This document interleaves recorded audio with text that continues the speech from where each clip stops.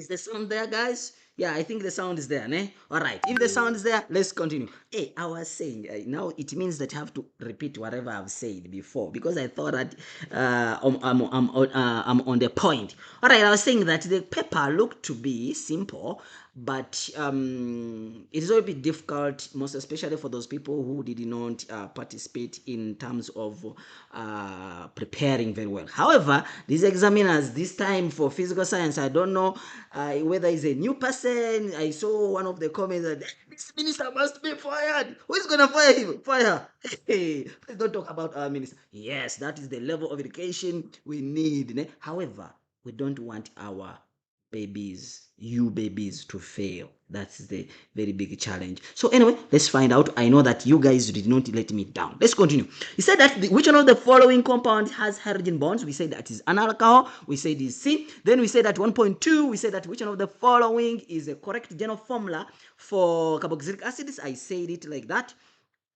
And then I said it is you have to write the maybe a carboxylic acid. After writing a carboxylic acid, you find out how many carbons. 1, 2, 3. So 3 carbon atoms, meaning that CN is 3, ne? And then hydrogen is 3, 3 plus 2 plus 1, which makes them 6. That's why I'm saying that 2N, which N is the 2 times the N, which is 3 times 2 times 3, which is 6. And then the oxygen, there are 2. That's why I wrote it there. And then I said C. We continue. Yeah, this year examiners, yes. Yeah, guys, this year examiners for physical science, we need to do a research about it. Ne? All right, let's continue. I say that the study reaction below. Reaction 1. Okay, you have the reaction this, which gives me this to form this. Ne? Guys, if you have a challenge, let me know before I go to another question. Don't say after me leaving and then say that, sir, I didn't understand this. Your answer is wrong. Let me know before I go offline. Yes, sometimes when you are doing the calculations, yeah, you understand. Yes. All right, let's continue. I'm saying that, yes, you have sulfuric acid here, and then you have a compound P, a major product. The moment you have sulfuric acid and this is an alcohol, it means that is what we do is the dehydration. So it means that the major product which you're going to form here is an alkene. But an alkene is going to have this bond where? It's going to have a bond where? Ne? It's going to have a bond there, and then now it's going to be an alkene. Yes, it's going to be an alkene. Yes, so let me write it here, and then you see what I'm saying. CH3, CH2, CH, and then yeah.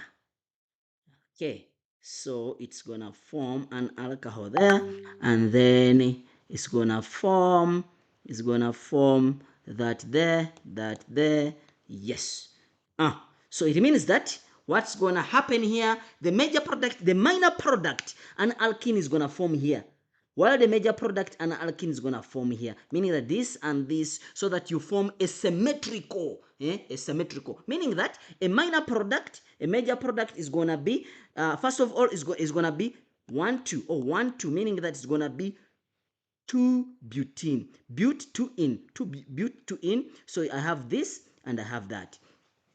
Yes, but now after that reaction 2, the same compound here, yes, I'm having this plus hydrogenation, meaning that now I convert it into an alkane. You understand? Hydrogenation. So it means that it's gonna be so this is not alkane, so that one goes out, while this is gonna be an alkane. Therefore the answer becomes B. Yes. Who got B? Yeah, who got B? Who got B? Then the next question, they are saying that 1.4. Yes, if you look at 1.4, yes, they're saying the potential energy diagram below is okay, shown as x plus y gives you z. Yeah, so x plus y gives you z. So what is happening here? So look, the forward reaction, it means that if you look at that, that is the activation energy. Yes, and then this is the what? If this is A and then this is B, this is the enthalpy change. But for the reverse reaction, look, for the reverse reaction, yes, for the reverse reaction, I'm going to call it C. C must be equal to A, yes, A plus B. You understand? So I come here, I look at this. What is C whereby C is equal to A plus B? First of all, for the forward reaction, the activation, the enthalpy change must be negative. So it is either this, or this. So this one is out. This one is out. So what is C equal to A plus B? So C is equal to, if it's this, meaning that this is A, this is B, must be equal to C. So here is out. Yes, this is out also. So the answer is yes, is this, meaning that you ignore that, because that shows the whether is endothermic or exothermic. All right, so the answer here becomes D. So D becomes the most correct answer. 1.5, initially equal number of moles of hydrogen gas and iron gas, iodide are mixed in a closed container. The reaction reaches equilibrium at a constant temperature according to the balanced equation. All right. They're saying, sir, when do you do KC? Show, yeah, I'm gonna do that. I need to go through everything and so that we reach there. Then they're saying that this plus this gives you this, all right. Because it's 1 mole, 2 moles. So meaning that hydrogen must be equal to, hydrogen gas must be equal to iodide. Yes, and then it must be equal to 2 moles of that. You understand? Yes. So meaning that hydrogen is equal to this. The concentration of this must be equal to the concentration. Cool. Yes. But basically the number of moles, this and this.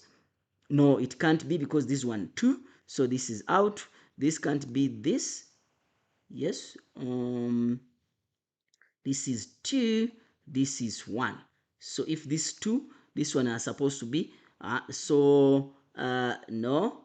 So the answer, this one is equal to this. No, it can't be that. The most correct answer here is this A, whereby hydrogen have the same number of moles in that regard. Yes. So here you get 2 marks there. Then we go to question 1.6. Consider the following reaction equation. Sulfur dioxide plus this gives you that. All right. Then they are saying that which one of the following changes condition will increase the yield of will increase the yield. Addition of this, yes, this one increases because you have added more, so meaning that the further reaction is going to be favored so that it removes that stress. Okay, they're saying addition of a catalyst, catalyst just speeds up, and then increase in the temperature because this is an exothermic reaction, so increase in the temperature can help. Increase in the volume of the container, increase the volume, meaning that you reduce the pressure. And if you look at here, you have 2 and then you have 1, meaning that you have 3 here, and then this side you have 2, meaning that if you increase the volume, meaning that you're favoring the reverse reaction. So basically A becomes the most correct answer and you get your 2 marks. Yes, 1.7. The table below shows the constant Kc for 2 acid at 25 degrees Celsius. Consider the following statement for these 2 acids when they have equal concentration. Both have weak acids. What does it mean? They're saying that butanoic acid is stronger than this. Okay, they're saying that butanoic acid solution has a lower concentration. So in that regard, what are we looking at? Both are weak because the case Ka value is less than 1. You see, it is 0 point something something. So that is correct. The butanoic acid is stronger than ethanoic acid. If you look at the butanoic acid, it has a lower case Ka value than this. So it means that this is wrong. And then this butanoic acid has a lower concentration of hydrozonium ions than the ethanoic acid. Yes, that is also correct. So this is correct and also this is correct. So I have to look for 1 and 3. which is B. So B becomes the most correct answer. No, so what is that now? Yes, guys, ne? Yeah. Let's go together. Let's go together. I'm saying now, ne? You are making me stronger and stronger and stronger. All right. 1.8. 1.8. You're saying which one of the following pairs of acids and base all have the same concentration or react to give the highest pH at equivalent point, the highest pH at, meaning that it becomes more basic. So in this case, you have to react with a weak acid with a strong base, so that now you get something which is above 7. So this is a strong acid, weak base. That is out is less than 7. This is a strong acid is 7. This is a strong acid, strong base. Yes, 7. And then this is a weak acid, a strong base. So D becomes the most correct answer. Yes, guys, you are making me happy, ne? You're making me happy. Thank you. JB, ne? All right, Kole, I see you. All right, you're saying that 1.9. Right, let's go and we see a standard galvanic cell is set up as shown below. Yes, man. All right. What are they saying? Which of the following combination of metals used as cathode and electron flow direction is correct? If you look at this, they're saying you need to look at which one is more reactive than the other. You understand? Yes, automatically the one which is more reactive, which is above, it gives out, it is oxidized. So meaning that this one is gonna be oxidized, and this, if you check on the reactivity series, let me do like this. Let me open it so that should I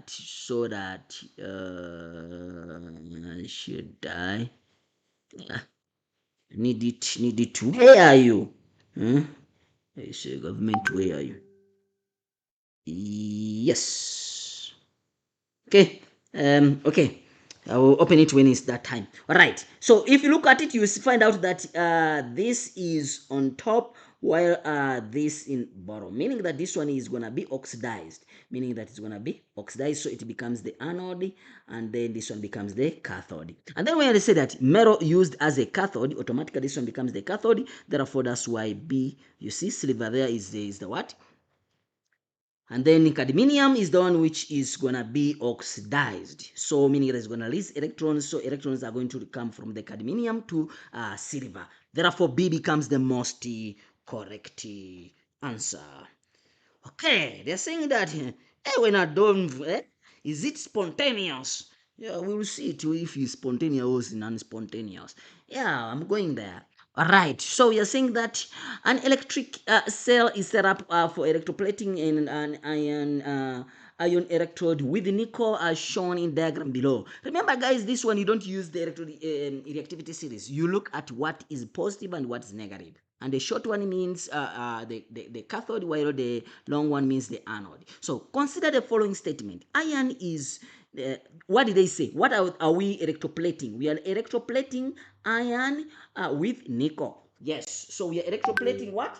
Iron with nickel. If we are electroplating iron with nickel, what does it mean? What does it mean? It means that um, uh, iron electrode is negative.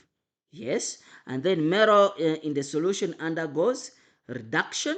Okay, and then the anode is nickel, pure nickel, meaning that the one which is more, the one which is supposed to release the electrons is the one which is put as the anode. So meaning that pure nickel is gonna go on the anode, while the one which should be electroplated is gonna go on the cathode, which is iron, and then the metal ions are going in the solution undergo reduction, so that now the coating can happen. Therefore, the most correct answer here is gonna be what? It's gonna be what? Ne?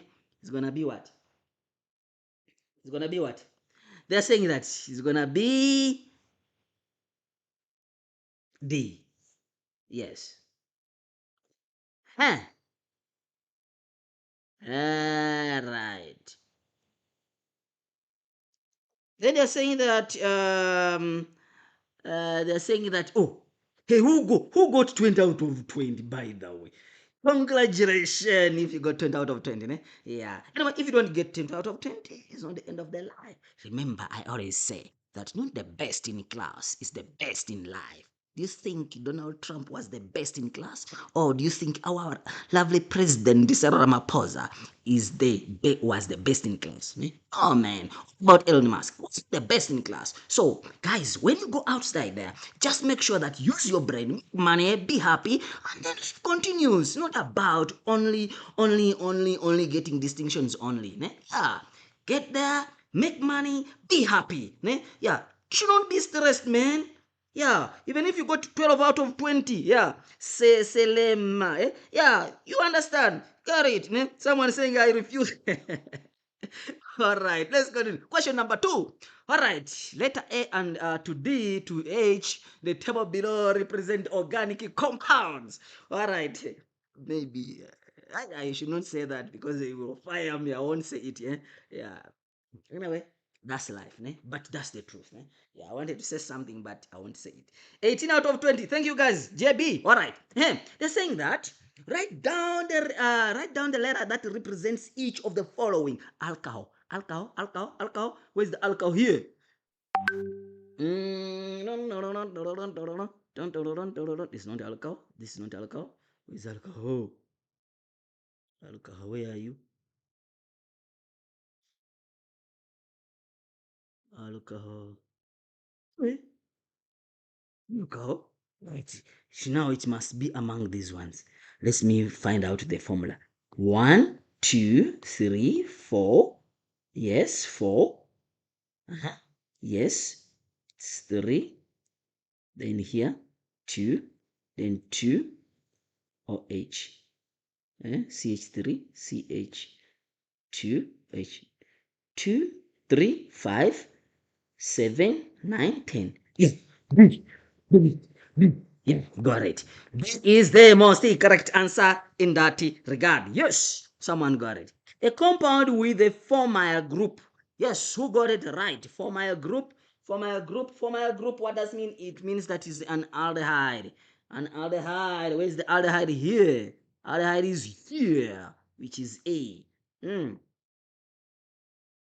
They're saying that unsaturated compound with a double bond, compound with a double bond. If you look at here, this has a triple bond. Ne? It has a triple bond, a double bond or triple bond. So the answer becomes E in that regard. Yes. Uh-huh. Then we go to the next question. We got the next question. They're saying that write down the IPAC name of B. We go back to B. Okay, B. All right. Let's find 1, 2, 3, 1, 2, 1, 2, 3, 4, 5. 1, 2, 3, 4, 5, 6. So it's basically the longest chain. So this one and this one, this one, they become branches. So basically it's gonna be hexane. Hexane. So that's the mark. If you wrote hexane, that's a mark. Then you're saying that now you have 1, 2, 3, 1, 2, 3. So basically, I'm gonna go with the 1, 2, 3. So it's gonna be 3, comma 3 dash bromo, not bromo because there are two of them. Yes, di bromo. So then 4 2 methyls dash 4 comma 4 dimethyl, yes, hexane 3 comma 3 dibromo. Yeah, so they will give you a mark there and they will give you a mark there. How much is there? Yeah, 3. Yeah, so they'll give you a mark there, they'll give you a mark there. If you fail this and you wrote that, they'll give you a mark. Stress, man. I'm stress. Someone saying 5 6 3 7. What's that, man? You mean the arrangement? I don't know. Gaming hub. What is that, man? All right. Gaming hub. Thank you for trying at least, man. At least you gave the answer.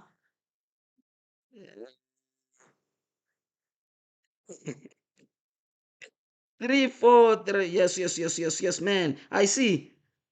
CJ, I see you, I see you, I see you. All right. Write down the IPAC name of compound B. So we are done with that. Then the compound E. Where's compound E now? Oh, oh, this one. They want the IPAC name of E. So now we have to make it bigger. This is 1. So it's 2. But this one has no hydrogen, and they are putting this in brackets. It means these are branches. So I have that, and I have that. Ne? Wabona. Then this one, I have that. There is no hydrogen in between there, so it means that it has 2. Eh? It has 2 of them. And no, 2, 3 of them, because there is no hydrogen at all. Then I have the last one, which is C, and then 3 carbons, 3 hydrogens. So basically it looks like that, but this is not what they want. They want the IPAC name. So right, let's now start. 1, 2, yes, it's 1, 2, yes, then 1, 2. So basically, guys, what is the multiple choice? Okay, we are done with that. So you guys, now it means that the functional group is here. Yes, the functional group is here. So it's gonna be 1, 2. Then this one is gonna be 1. So 1, 2, 3, 4, 5. 1, 2, 3, 4, 5. So basically it's gonna be pent 1, 2. So it's gonna be pent 2 yin. Yes, so it's gonna be 1, 2, 3, 4. So it's gonna be 4, comma 4 di methyl pent 2 in. Yes. However, some people, they think they wrote they wrote 2. They wrote 1, 2. They said 2, comma 2. Yes, dimethyl 1, 2, dimethyl 1, 2, 3.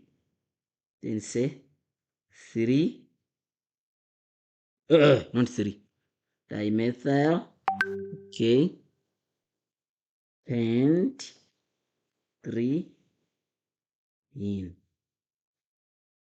Yes. So basically you have 2 of these options. These 2 options are both correct, but this one becomes the most one because it looks to be simpler. Or if you say 2 plus 2 plus 3, 2 plus 2, it gives me 4, plus 3, it gives me 7. Well, here is going to be 4 plus 4 is going to give me 8, plus 2 plus 2, which gives me 10. So this one is a little bit higher than this. Yes. We continue the next question. They're saying that two different. Let me first clean up. Let me first clean up. Let me first clean up. Let me first clean up. Let me first clean up. Let me first clean up. Let me first clean up.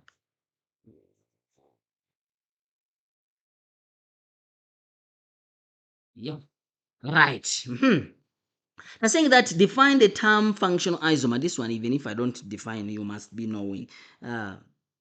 Molecules with the same structure formula but different functional groups. Yes, meaning that they have the same, so not structure formula, yeah, molecular formula, not structure formula, same molecular formula, but the functional group are different. Yes, for example, ketones and aldehydes. Yes, those are functional isomers.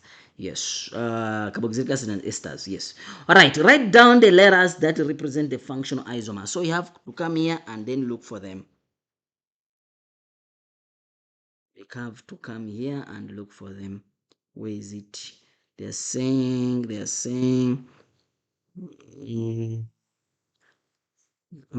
is a ketone, and then this is an aldehyde. Yes, this one also looks to be a functional isomer, but we don't know the position whether there is an aldehyde or a ketone, so I can't include G. So I'm gonna say E and C. So in this case, I'm gonna say E and C. Yes, instead of G, I can't add G there because I really don't know.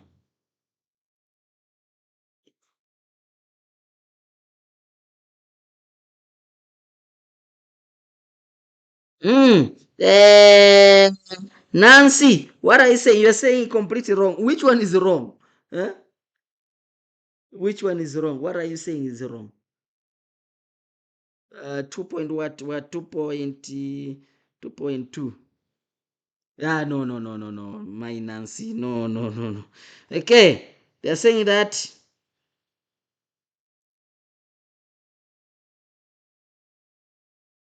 They're saying, hey, Nikki is defending, is saying that no man, check the November. Yes, Nikki or Nancy, please. Yeah, check, ne? Yeah. Sometimes we know things, but sometimes when we are marking something different, eh? Yes. That's why we always say that please tell your sisters and brothers to keep themselves on Thundereduc. Yes, we will teach you for free. For free. Yeah, G can't be the functional isomer since it has two oxygens. They're saying that I said G is not on. G is not in. Oh man, yes. Good. Yes. G can't be a functional isomer. Cool. So the answer is C is A. Yeah, and is C. Yeah, I didn't see the two. Cool. Yes. All right. So you're saying 2.4. 2.4. That's why I like the live classes. 'Cause sometimes, ne, yeah, I like the challenges. Ne? Yeah. All right. You're saying 2.4. If compound F is formed when a carboxylic acid compound F. Now we go back and find what is compound F. Where is compound F? Where is compound F? Where is compound F? All right. We are seeing compound. How many carbon atoms are? 1, 2, 3, 4, 5. Okay, it has 5 carbon atoms. Yeah, they are saying compound F. Right, they're saying that um, formed when the carboxylic acid react with another organic compound. So automatically it is an alcohol. Once they say carboxylic acid react with another, then automatically it is a what? It is an alcohol. Name the formula of the catalyst. Automatically, someone said it already. I saw it, sulfuric acid, but they said name or formula. So here you can write sulfuric acid. Yes, it's a conc sulfuric acid, but they said name or formula. So when they say name, you only say sulfuric acid. But here it's good they said name or formula, meaning that they wanted to give you this mark. Yes, so that's the correct answer. Sulfuric acid. Which type of reaction is esterification or condensation reaction? The structure formula of compound F. Where compound F is formed when? So it means that if you go back here, you look at it and then they say 1, 2. So meaning that the double bond is here and oxygen, and then this one have 1, 2, 3, 1, 2. Meaning that it's gonna be 1, 2 with a double bond oxygen, and then 1, 2, 3. So it basically is gonna be like that, ne? It's gonna be like that. Yes, so hydrogen, you don't forget to put the hydrogens there.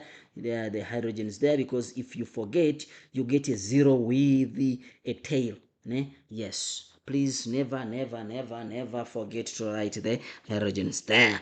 Esterification, yes. Robert, yes, yeah, we said it with esterification. IPAC name of X. What is X now, man? They're saying that organic compound is react with, automatically they are looking for this. Yeah? The alcohol which is formed.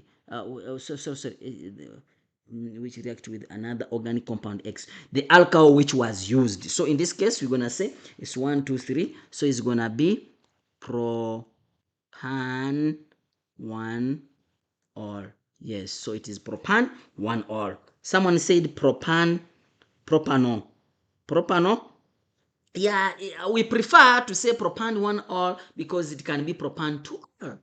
Wawana. Yeah, when you say propanol, in most cases doesn't show the position unless it's ethanol, because it's ethanol, methanol, whether it's this side or the other side, it is the same thing. But once it starts with 3, yes, you have to show, because it can be here, yes, or it can be here. Wabona. Yes, so that's why we say you need to show the position of the alcohol. Yes, propanol.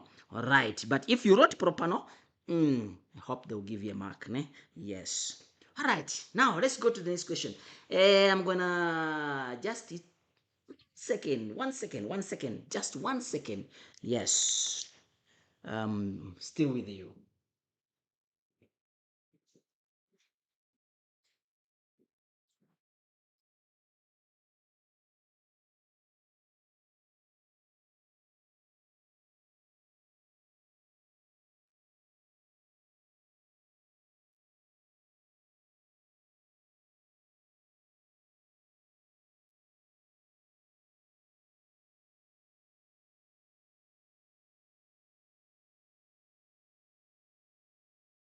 Yeah, I'm back.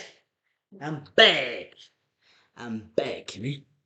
Yes, I'm back here. Just wanted to see that everything's moving well. All right, guys, can we continue? Should we move like a bullet? All right, let's continue to the next question. Let's continue to the next question. They are saying that the vapor, question 3, the vapor pressure of different organic compounds are determined at 20 degrees Celsius. The vapor pressure of compound A, B, C are not shown. A, B, C are not shown. Okay, once you know the vapor pressure, then you'll be able to understand the concept behind. Then they're saying that define vapor pressure. So guys, these definitions don't usually, yeah, you must be knowing it. They're saying that vapor pressure of a compound A, B, and C are given in random order.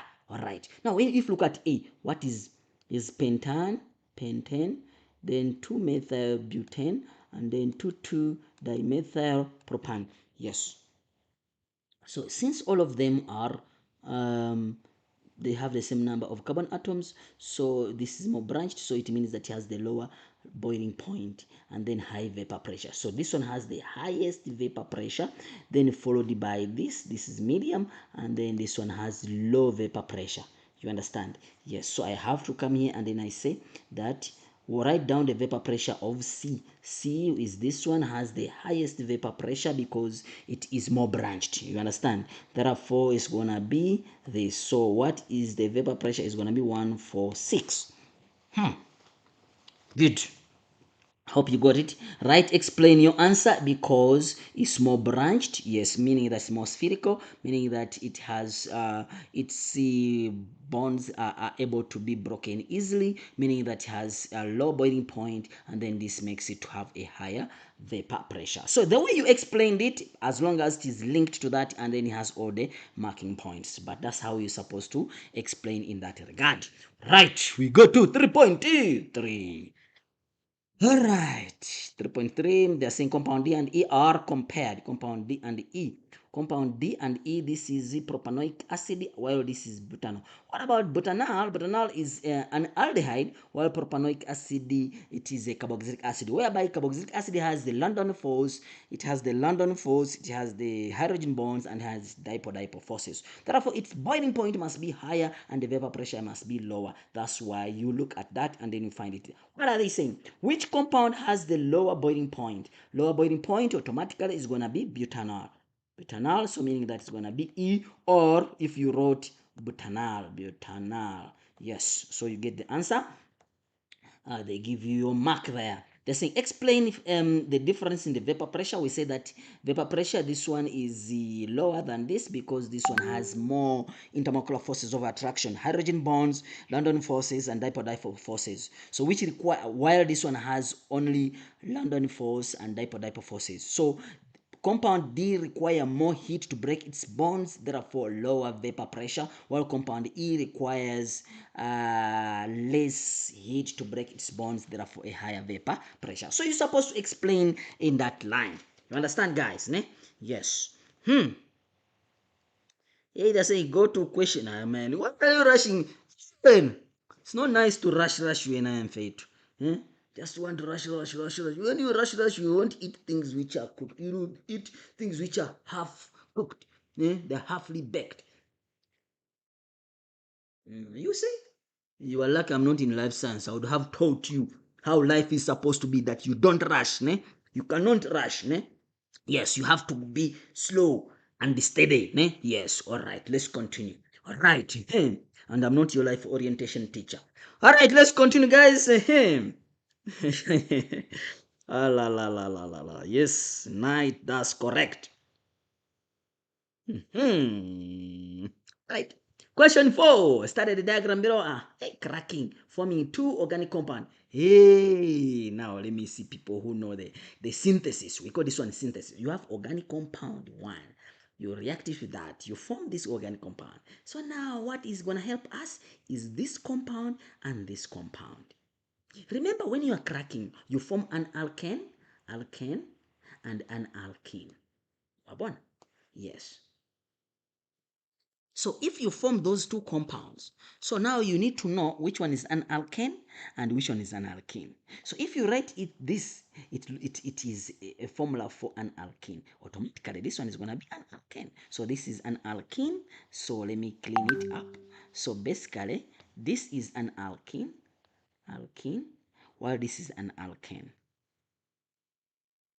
Yes, but they have 1, 2, 3, 4, meaning that even this one have 4 carbon atoms, well, even this one has 4 carbon atoms. Then automatically compound U had 80 carbon atoms. So once you know that, now you're able to do what is cracking. This one is also a definition. Guys, this definition you must be knowing. Yeah. Yes, you must be knowing. Long chains of hydrocarbons breaking down into smaller, useful. That word you must see, guys, you must be knowing those definitions. You can't keep repeating these ones.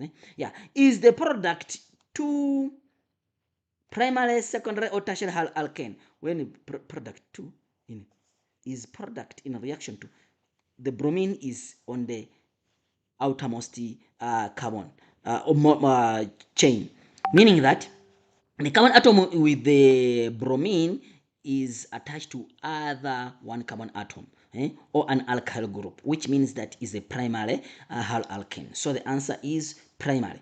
Yes, I hope you guys got it right. Structure formula of W. Where is W? W, we said it is what? Yes, we said it is an alkane. Therefore, I'm gonna write it 1, 2, 3, 4. 1, 2, 3, 4, and then you put hydrogens just like that. As simple as eating ice cream, no bonds.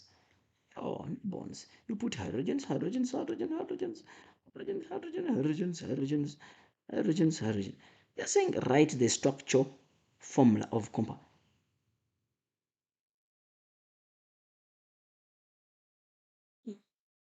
These 3 marks for now. Where are they coming from? Where? Maybe they want you. This one saying yes, prime. Right, they're saying that molecular formula of compound. Guys, let me know in the comment section. I don't want you to tell me stories when I'm out of the studio and then you tell me that, yeah, this answer was supposed to be like this. No, man, I don't want that. Someone is saying plus, plus, plus, plus. No, no. Molecule U, when you go to yeah, molecule U check. We say that it has 8 carbon atoms, meaning that it was an alkane with 8 carbon atom. Molecular formula. Here they want the molecular formula. So since it is an alkane, it's gonna be 8H 16 plus 2. Remember, an alkane is CnH2n plus 2, whereby C is 8, N is 8, whereby this 2 times 8 plus 2, which is 16, and then plus 2, so it makes them to be 18. Therefore, this one is gonna become 18. Yeah, who got it right? They're saying the molecular formula. Then they give you. Yeah. Hmm. When we go,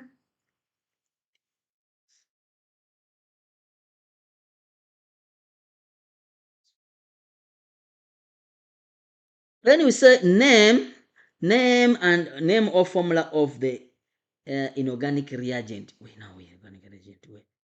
Oh, reaction 2. They're saying name the inorganic reagent, because we are forming here and we are from the bromine, we are from an alkane, so we don't add their hydrogen. It's a substitution reaction. Therefore, here is gonna be where is it? It's gonna be bromine. Yes, bromine, or you write the word bromine, or you write that Br2. The 2 must be there. They're saying that the type of reaction, substitution, addition, or elimination.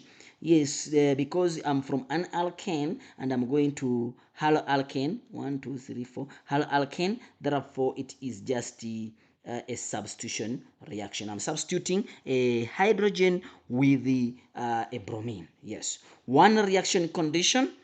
Yes, this bromination, chlorination is more reactive, but bromination, yeah, is more reactive, but it must be under what? Under sunlight. Bromination. No. The chlorination. Yes, bromination. It can take place on its own. Yes, it can take place. Where is it now? Yes, it can take place on its own, or you can heat a bit, or you can put a sunlight. So a bit of heat slash you can put in under sunlight. Yes, or yes, depending on the room temperature a little bit. If the room temperature is a little bit higher, then sometimes we say at room temperature, because it can act on itself. Yes, one. Yes.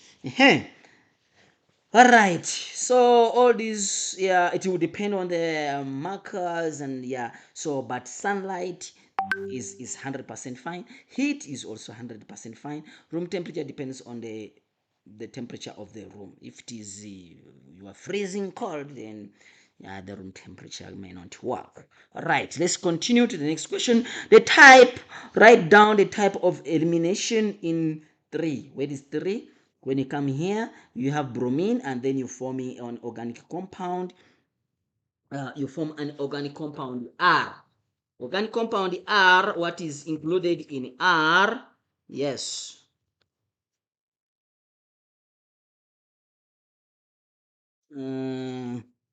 Someone saying dilute base.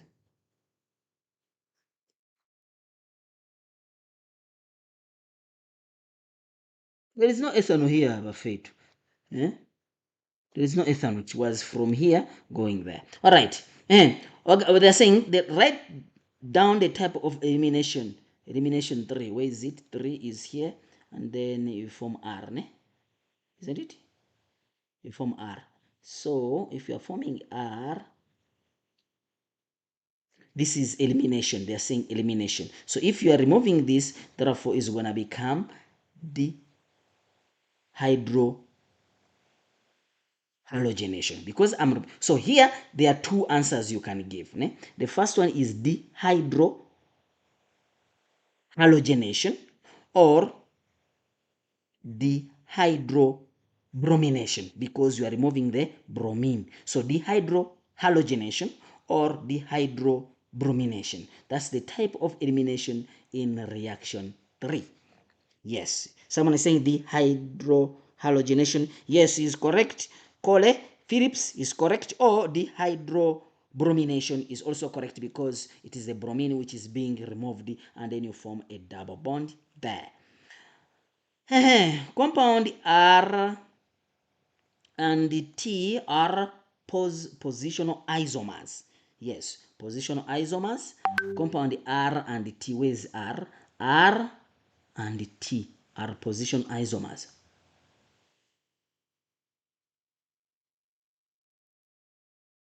Okay. Compound R and T are position isomers.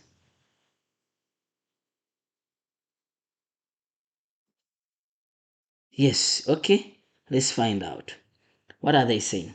If this is a position isomer, so what are they saying? Here, because this bromine is here, ne, on the first carbon atom, meaning that the double bond is going to form here. So it's going to have 1, 2, 3, 4. You understand? So because the bromine is here and then the hydrogen is here, so it means that this is going to lose the double bond there. So if it loses the double bond there, so automatically it's gonna be -8. Sorry. Yeah. So it means that the double bond is gonna be there. You understand? While here, because they are position isomers, then this one I'm gonna show you how it comes to be like that. You understand? Yes, it's gonna be like that. So when this one forms, yeah, this one is the double bond is there. But after that, now we add here the alcohol, which is gonna form here, is gonna be C, ne, C, and then the alcohol is gonna be here now. And then once the alcohol is here, if you dehydrate, ne, yes, if you dehydrate now it's gonna form that. We call this one synthesis of what? Of compounds.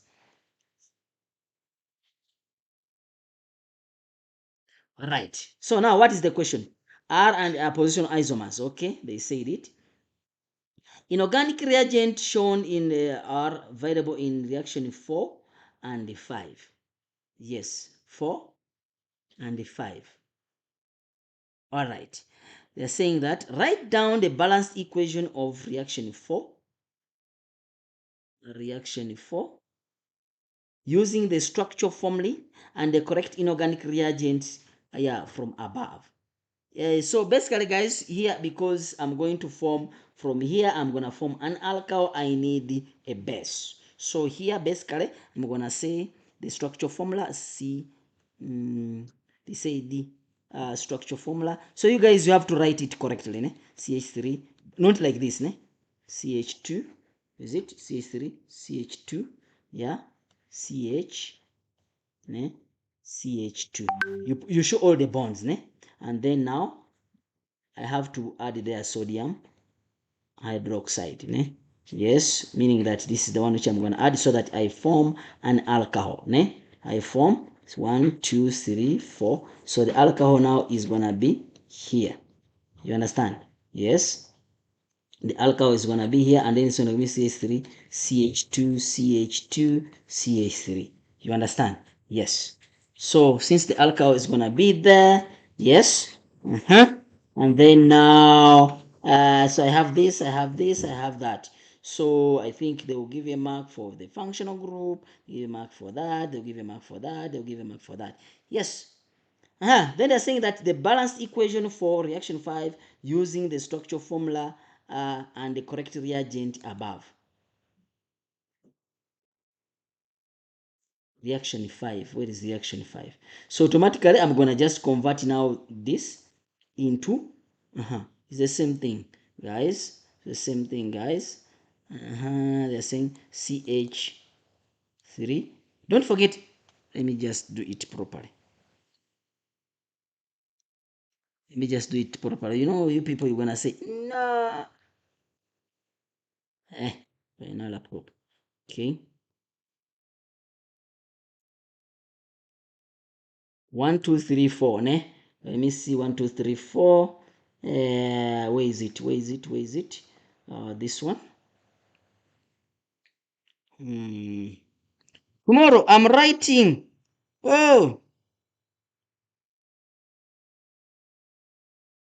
Okay, they are saying that, and then now, what am I having here? The alcohol is here, is on carbon atom number 2. You understand? So now I want to dehydrate it. I'm going to dehydrate it, but in this case, I'm going to use concentrated sulfuric acid. So here I'm going to put concentrated sulfuric acid because I'm dehydrating, and then at the end of the day, I'm going to have C1, 2, 3, a double bond there. And then guys, you put the hydrogens where they are the bonds are supposed to be distributed properly. Don't leave these things hanging.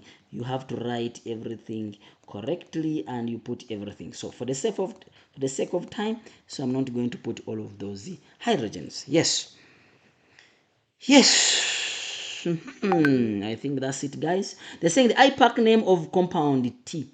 Where is compound T now? Compound T, automatically we say that it's like this. Therefore I'm gonna say 1, 2, 3, 4. So it's gonna be compound T is gonna be 1, 2, 3, 4, which is but 2 in. Yes, but 2 in, because it is an alkene. Yes, it's but 2 in. So guys, that is it. That is it. Question 5. Yeah, we are done with organic. We go to the next question. Hey, sir, how Why not an alkene? Where?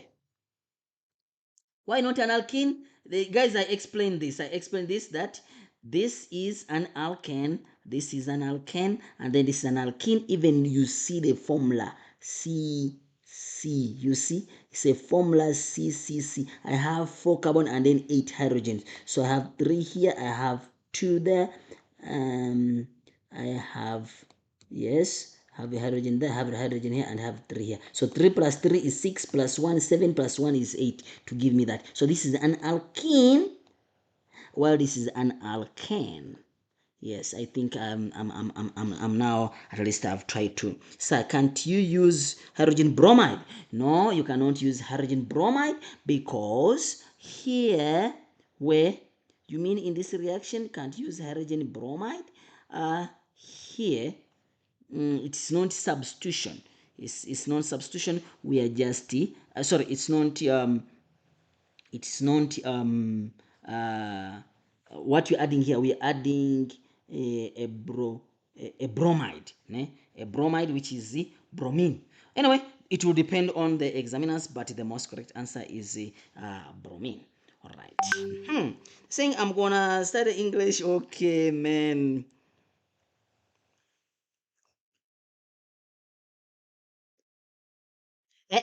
D. D. Show me where I've done the mistake. Don't say that this man is making mistake, man. No, no, no, no, no. Show me where I've done a mistake, sir.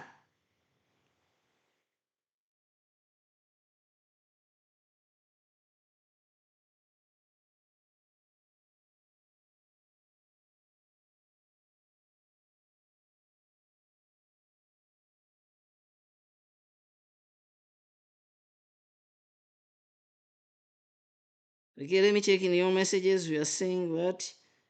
Uh-huh.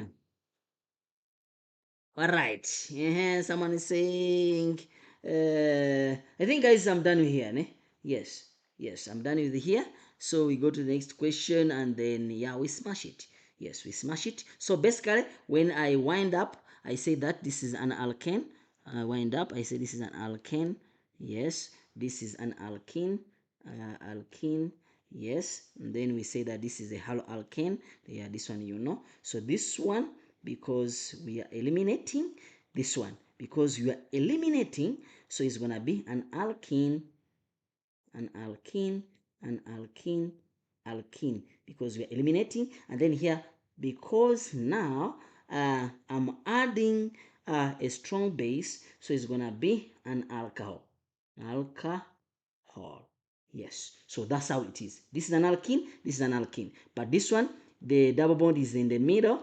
Yes, while here the double bond is at the end. Yes, it's like that. So guys, there is no stories there. If you wrote it wrong, sorry. Yes, you can't say that I'm writing wrong things. That's it, unless you wrote the wrong one. All right, let's continue to the question number 5.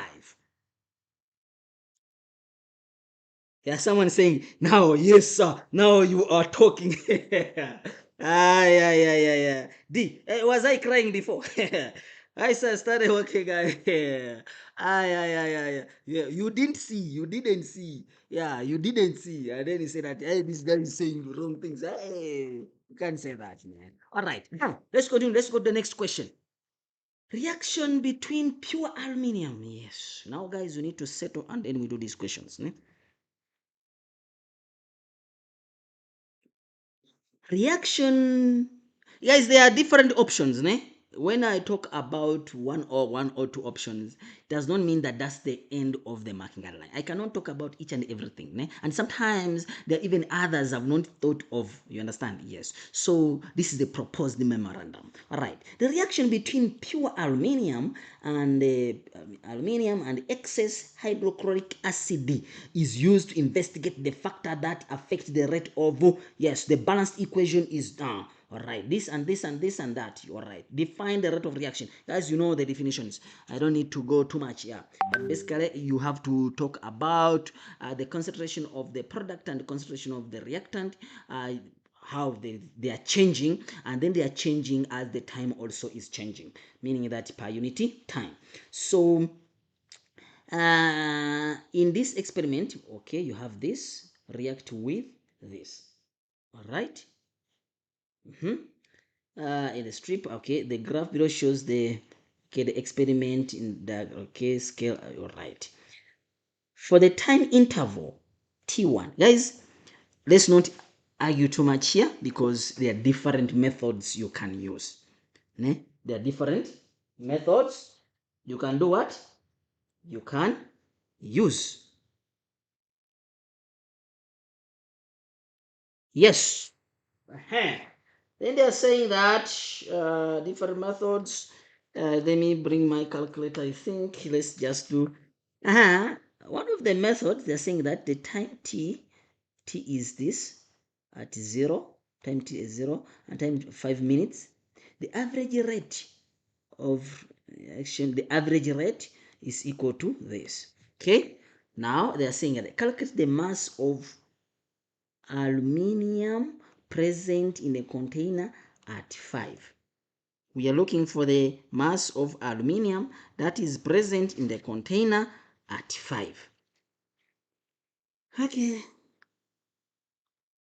let's calculate. What is the first step? Okay, they gave us this, right? And then we need to calculate because this is the what was given, but this reaction is still continuing. So it means that there is a mass which was used from here up to here. You see? So if there is a mass which was used from here up to here, what does it mean? It means that there is how much mass is taken or is used per unit minute, per minute. Because they said here the rate, the average reaction of hydrogen, okay, meaning that how much hydrogen is formed per minute. Meaning that here I need to look at per minute. This is what is used. How many minutes do I use? I used 5 minutes. You understand? So now I need to know to find out the number of moles. Remember, moles is equal to, yes, is equal to what? Is equal to, let me use volume over molar volume. You understand? Whereby, because they said it here, aluminium, okay, at room temperature. All right, so now I'm gonna say that if number of moles, I need to find the number of moles which reacted, yes, which formed for this, and then I compare it with the hydrogen, sorry, with the aluminium, and then after that I subtract so that I get the remaining one. So meaning that here number of moles is equal to volume. The volume in this case, I'm talking about the volume of hydrogen, yes, of which I'm going to equate it with this decimeter. This is the volume. So it's going to be 0.033. That is per minute. But how many minutes do we use? We use the 5 minutes. So I'm going to say times 5. You understand? Meaning that I know now the volume of each minute I use this. I produce that. But after 5 minutes, I'll produce this because they say the average. Yes, so meaning that now divide by the molar volume. The molar volume of hydrogen at room temperature is 24 decimeter cubed. So you go and then check from there, from the then after that, I will need to know the number of moles is going to be when I calculate. You can calculate if my calculator is not right. 767 times 10 power negative 3. So these are number of moles, yes, of hydrogen which was produced at 5 minutes. So now, since I know the number of moles of hydrogen which was produced at 5 minutes, yes, so what am I going to do? Yes, what am I going to do? So what I'm going to do, I'm going to say that hydrogen to aluminium, how many hydrogen do I have? I have how many? I have 3 hydrogens. And how many aluminiums do I have? I have 2 aluminium. So now I need to know the number of moles of aluminium I need to know the number of moles of what? Aluminium. Yes. So now I'm gonna say to convert, meaning that this number of moles are for hydrogen. So meaning that is gonna be 6,7 3 times 10 power negative 3. Then I'm gonna call this x, whatever. Yes. You multiply. So meaning that it's gonna be 2 over 3 times this. So the number of moles is gonna be, you can say 3x is equal to 2 times 6,73 times 10 power negative 3. Wabona? Then divide by 3. That's why I said 2 over 3. Yes. Then x is going to be giving me how many moles? How many moles, guys? If I calculate, my calculator is not right, you tell me, because I'll end up getting the last correct and the last figure as wrong. But if it is right, as long as the method is correct, that's how. Yeah. So now these are the number of moles. Yeah, these are the number of moles. Yes, those are the number of moles of what? Of aluminium that was produced. You understand? Yes. So now I need to convert the number of moles into mass. So let me convert the number of moles into mass. So mass of aluminium is gonna be equal to, remember, number of moles from the is equal to mass over molar mass, isn't it? Yes. So which meaning that the mass is gonna be equal to number of moles times the molar mass, of which I have the number of moles, which is 4,49 times 10 power negative 3. Yes. Times the mass from the periodic table, yes, of aluminium is 27 times 27. Wabona? Once I get 27 there, so the answer here, when I multiply, I'll get 0.121 grams. So these are the number, this is the mass of aluminium which was used. Guys, do you get it? Yeah, that is the mass of aluminium which was used. But I started with this. So meaning that this is the one which is used, so I need to subtract and then I get. So basically, I'm going to say mass of aluminium which is remaining, yes, which is remaining at 5 minutes. Yes, aluminium remaining is going to be 0.5 minus 0.121. Then the answer I get is 0.37 grams. So that is what I get as what is remaining. Thank you so much, guys, man. Yeah. But guys, don't forget that even if you don't get the correct answer at the end, they will give you all the steps. I'm telling you, you must not be stressed. Yes, you must not be stressed. Let's go.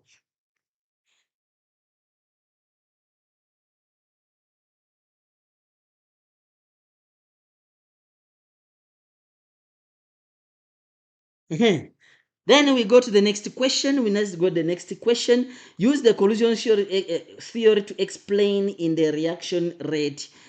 T is equal to, okay. Here they are looking. This one is an explanation of which I'm not going to explain that much. At 0, you have a lot of reactant. At 5, the reactants have reduced, meaning that they have converted into products. And then it means that the number of particles that are reacting or colliding to form for effective collision have reduced. They keep on reducing. At 5 minutes, the number of particles which react to form a product, meaning that effective collision per unit time, have reduced. Therefore, the rate of reaction is gonna reduce. So basically, you explain in terms of that. Yes. So I'm not going to. I need to do most of the calculation. Redraw the graph. Okay, they're saying that the booklet, and then on the same axis, draw the curve that obtained experiment 2. Label it B. Experiment 2. What about experiment 2? What is experiment 2 now? Oh, the experiment 2, they're saying they're using 2 moles of this instead of what? What did they use? What did they use? They used 1 mole. So but don't forget, guys, this is hydrochloric acid. They said it is in excess, meaning that it's not going to change any final product. What it's gonna do is gonna increase the speed at which it is reacting, but does not going to form the final product at a higher level, unless it was not in what it was the limiting factor, because the calcium, no, aluminum is going to finish, so it is acting as a limiting reagent. So if this is the first graph, so it means that they must have the same end point. So this is A and then this is B, meaning that it's going to shift to the left, meaning that more particles reacting are going to be available. So meaning the more effective collision, and then the reaction rate is going to increase. But because of the aluminum is still the same amount and it's the limiting reagent, or limiting reagent, then automatically the reaction is going to form the same product,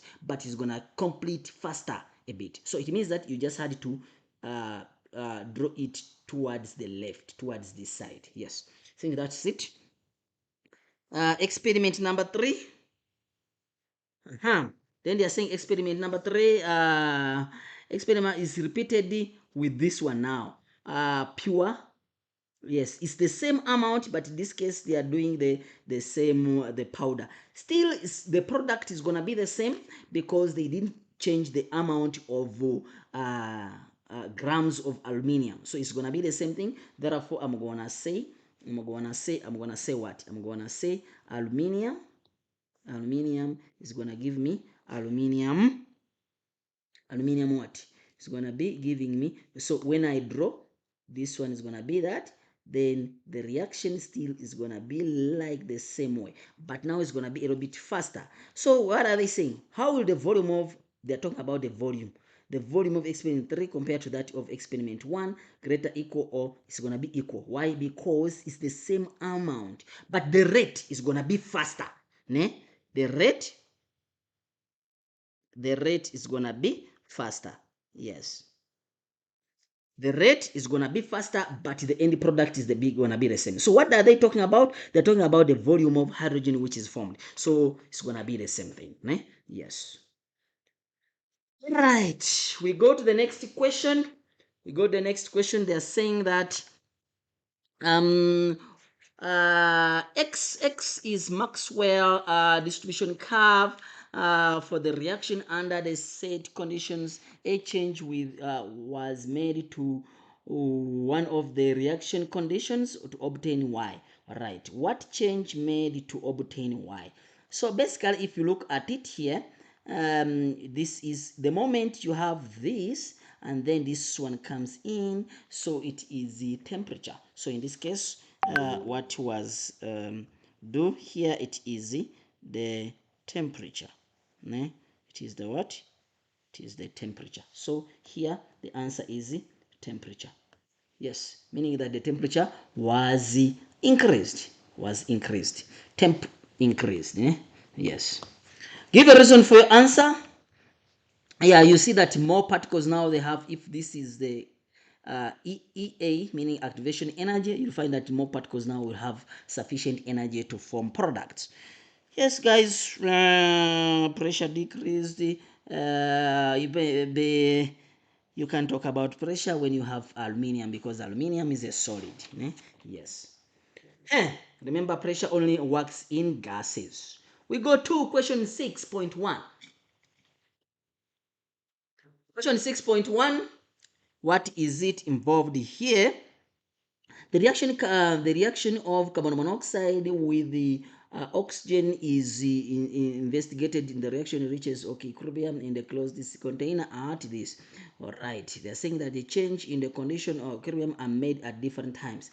The graph shows the results X, Y, and Z represent a gas in the above reaction. All right, define chemical equilibrium. This one is also a definition. I don't need to define that too much, but basically don't forget that chemical equilibrium, the rate of forward reaction must be equal to the rate of the reverse reaction. Yes. And they're saying that at T1 oxygen was added. In this one, yeah, at T1 oxygen was added. And the container, write down the letter that is responsible for oxygen. Choose X, Y, and Z. Choose X, Y, and Z. Oxygen was added, meaning that this is oxygen, because you see there is a sharp increase. So the answer here is X.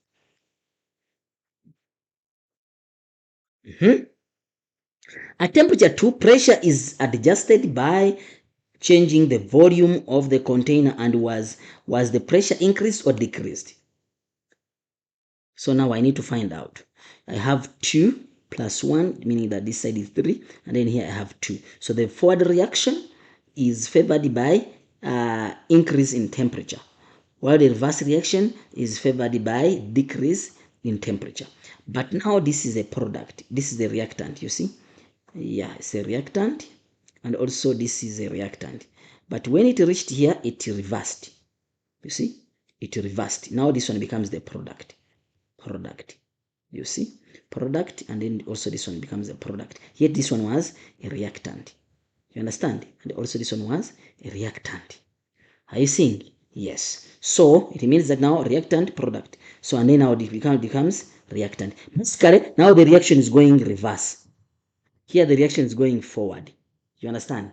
So meaning that here the answer here comes in, and then we say that the answer becomes here, and then we say that was the pressure, meaning that now the reverse reaction is favored by decrease in the pressure. So the answer here decreased. We say that the pressure decreased.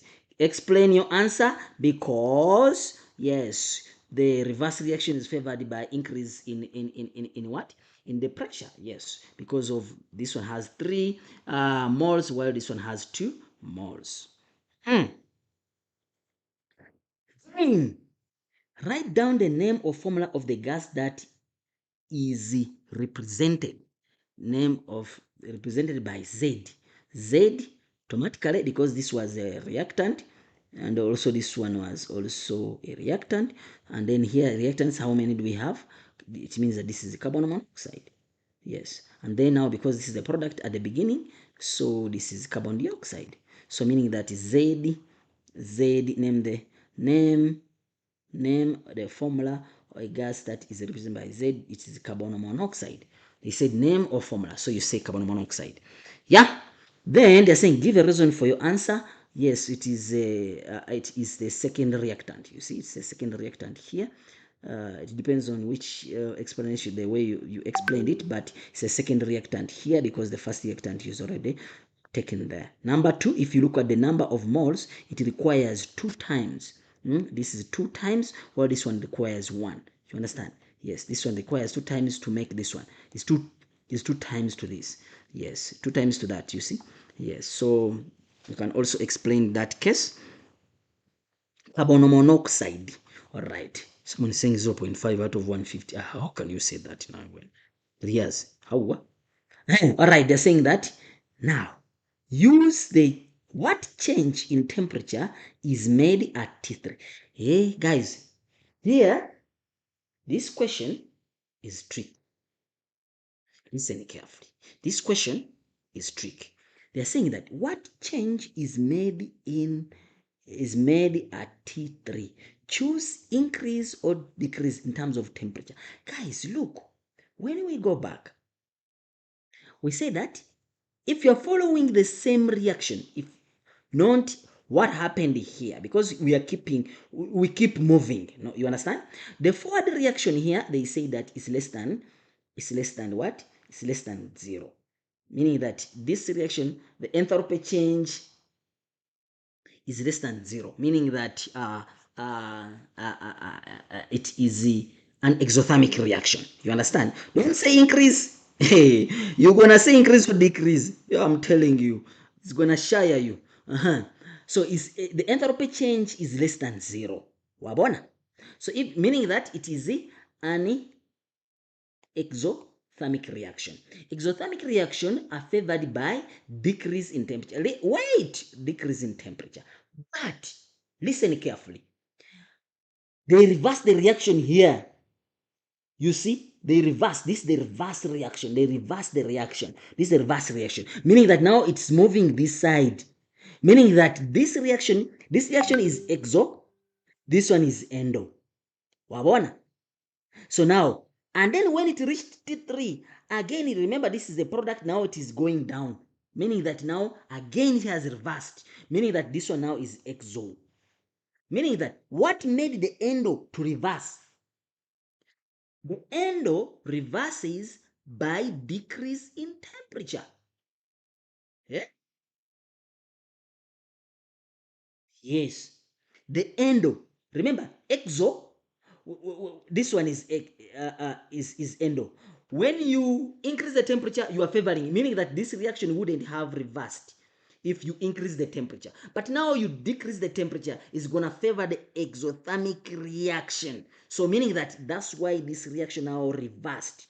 Are you seeing? I don't know whether you see what I'm saying. Ne? This reaction is gonna, you see, this reaction it was like this is a product, you see, but now it's a reactant. This was a reactant, now it's a product. It means again it's reversed, meaning that this is now exo is coming from endo. So to change from endo to exo, you have to decrease the temperature so that now more heat is produced, meaning that here it is decreased the temperature.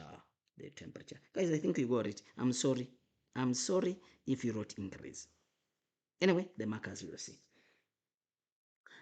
I think this one, they're saying use Lexington principle to explain the answer. Yeah, I've explained it that this one is being favored by decreasing temperature. Therefore, the reverse reaction is gonna be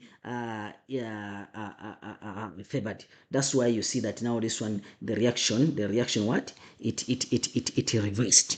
All right. Let's go, guys, to the next. It's 9 marks, but these people. Why really? Why? Why? Now, if a kid doesn't know, he's gone. All these 9 marks. Anyway, I'm not the examiner and I can't say anything. Just watching and all right. But when I saw that 9 marks, I was so sad and say, "Oh my God, why this happening like this?" Anyway, let's continue.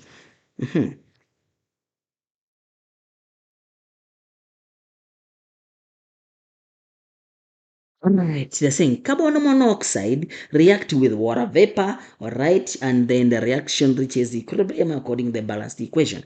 They're saying that initially you have this, and you have this, and you have this, you have this. Yeah, since this one is the same one mode, automatically also here I have that. You understand? All right. So, because of that, now I need to understand what is behind that. You understand? Yes, I need to understand what is behind that. So, I'm saying that someone is saying, got what? I know you guys, you got these marks. I know you guys, you got them. I'm telling you because I trust you. All right. Now, what we need to do, we need to find out. Let's first draw our table and we see what do we have and what don't we have. Let me just make it bigger. Start it from here and then by the way, don't forget to subscribe and like and share. Yes. So basically, I have what? I have carbon monoxide. I have water here. I have carbon dioxide. I have hydrogen here, isn't it? So now since I have that, then I'm going to use my rice method. You see? So let's go to our rice method. So mole ratio is 1, 1, 1, 1. So that one is initial. Initial is say that it's 0.6, 0.6. 0.6. Is it 0.6 carbon monoxide? They say the initial moles of carbon monoxide. They say initially carbon monoxide moles.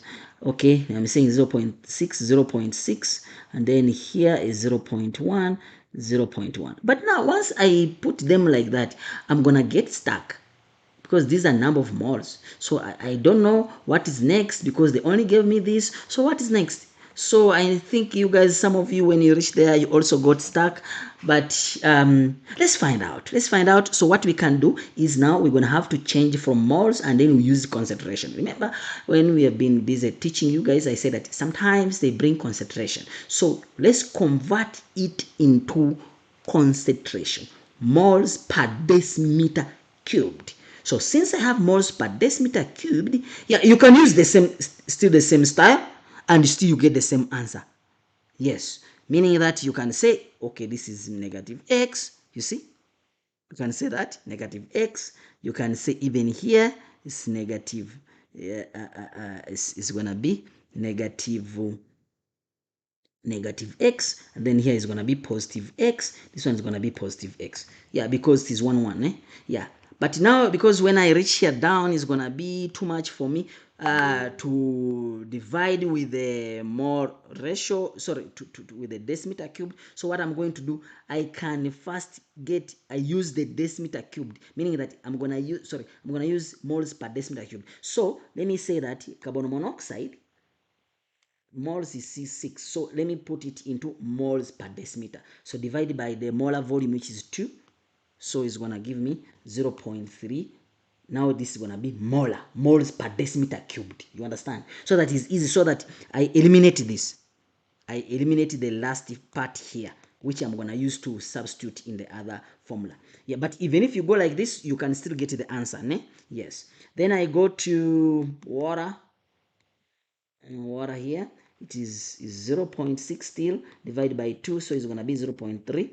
Then I go to 0.1, which is the carbon dioxide. It's going to be 0.1 divided by 2, which is 0.05. Then I go to even the other method you can use it, ne? Yes, it's still fine. But if you are not that strong in maths like me, yeah, it's better to use this. So it's going to be hydrogen, which is 0.1 again, divided by 2, which gives me 0.05. So meaning that, guys, instead of using these moles here, I'm going to use what I've got here. Yes, you understand? So that I prevent that T dividing by 2, because it's going to become more complex. Yes, so 0.3, 0.3 is here, and then 0.05, 0.05. You see? So now what is remaining is this minus this. You understand? It's the same thing. So now I'm gonna say 0.3 minus x, 0.3 minus x, 0.05 plus x, because it is, we started with this, né? 0.05 plus x. You see? So now people already giving me the answers, and I know you guys got. Hey, you guys, you make me proud, ne? You. Yeah, your answers are correct, but I want to show the people how did we get that. Thank you so much, guys, ne? You make me feel good, ne? You make me feel good. All right, so now after that, since now I have this, I don't need to divide it by decimeter cubed, because I've already divided it here. You understand? So I just go here. Kc is equal to the concentration carbon dioxide, and then hydrogen, and then I'm gonna say carbon monoxide, yes, and then I'm gonna say H2, H2O. Hey guys, why did we add H2O? We added H2O because here they say it's a gaseous form. If it was a liquid, then you remove it, leave it out. Meaning that this is just a steam. Wabona? Yes. So now from there, since I have that Kc is equal to 4, now I'm going to substitute. I'm going to bring this here, and I say that, I'm going to say that 0.3x, ne? 0.3x, yes, into 0.3x. Wabona? It's not 0.3x. I'm giving the, I'm starting, I'm giving the, sorry man, these ones, ne? 0.05 plus x, yes, into 0.05 plus x, ne? Plus x. Wabona? Yes. Then divide by 0.03. Is it 0.03? 0.3, not 0.03.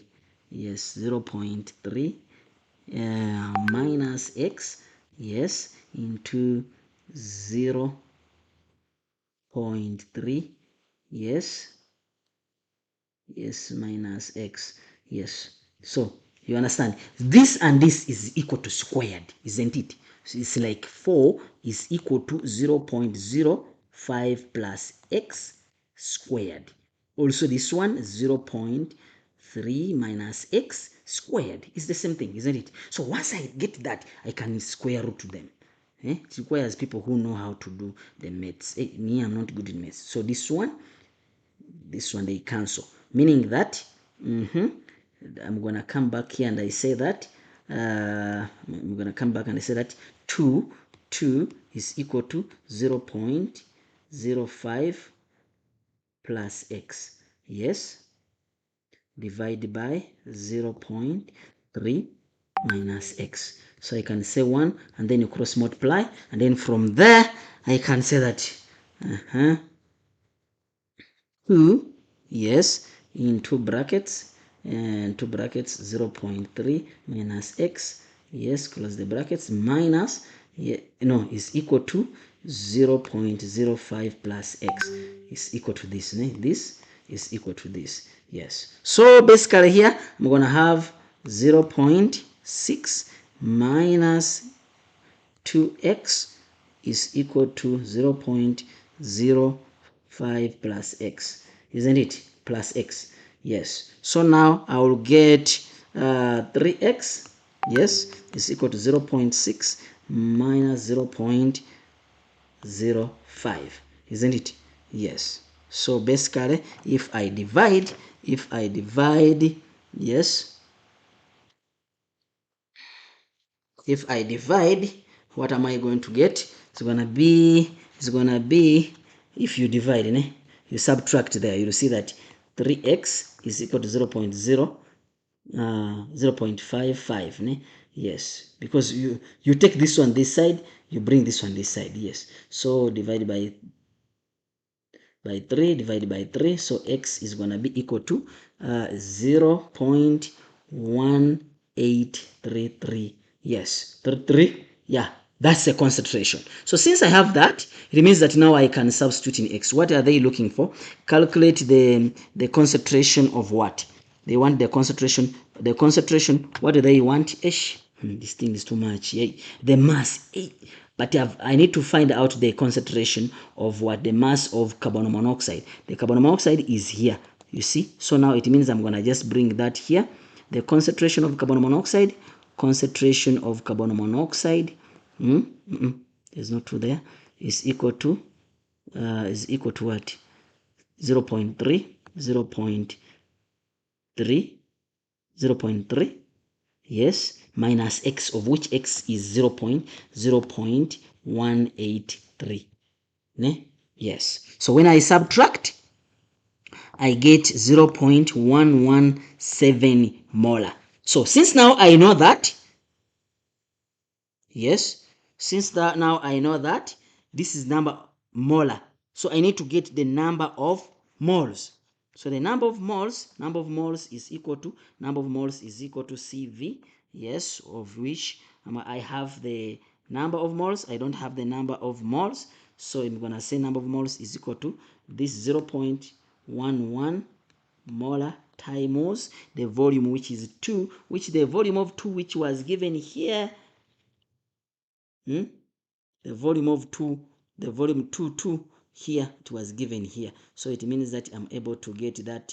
So the answer number of moles here is going to give me as 0.234 wabona moles. So since I have moles, now I'm going to say that molar mass, molar number of moles is equal to mass over molar mass, of which number of moles I have, isn't it?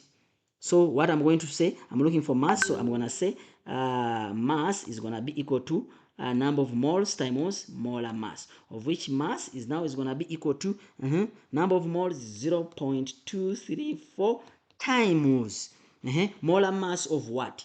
Molar mass of carbon monoxide. Carbon is 12 and oxygen is 16, which gives me 28. So times 28 here, when I calculate, end up mass is equal to 6.552 grams. So if you got 6.5, 6.4, 6.5, whatever, well, I think you'll get the answer. 6.6, I think all of you'll get the mark, guys. But this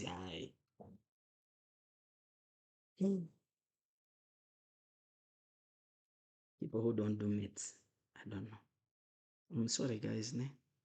Same man. Congratulations, you guys, you got that right, or you managed to get it right. Ne? Yeah, thank you so much, guys. Ne? Yeah, you're making me proud. I see that I'm gonna have more doctor and yes, someone saying that I nailed it. Thank you so much. Ne? Thank you, precious. Thank you, thank you, thank you, thank you. Ne? Yeah, I see you, JB. Exactly. Thank you, thank you, thank you, thank you, guys. Ne? Yeah, you make me more happy. You remember I told you that when you give me these simple these reactions that oh you are very getting them right. I see that yeah we're gonna get more doctors and yeah it makes me happy. It makes me happy. It makes me happy. All right, let's continue, guys. Ne? By the way, don't forget to subscribe and like and share. Someone is saying that 6.44 is correct. I think it's correct. I said 6.4, 6.5, whatever. Even if you don't get it right, you get the rest. Maybe you get 8 out of 9. Still is very good mark. Ne? Yeah. So guys, don't stress. I know that you will get the mark. All right. What is a weak base? Question 7. Hey, how many questions are we having? Still have a lot of questions. I need to sleep, guys. Don't want to sleep. Ish. But it's nice. It's nice when you see that the paper is flowing. Ne? Yeah. 7 killed me. Rio de. Don't say that. I know that you're gonna get it right. Ish. Question 7. Yeah, ne? Let's try and then see, and then you see how we can also smash it. You never know, we will smash it or it's gonna smash us. Yeah. All right, they're saying that hydrate potassium carbonate.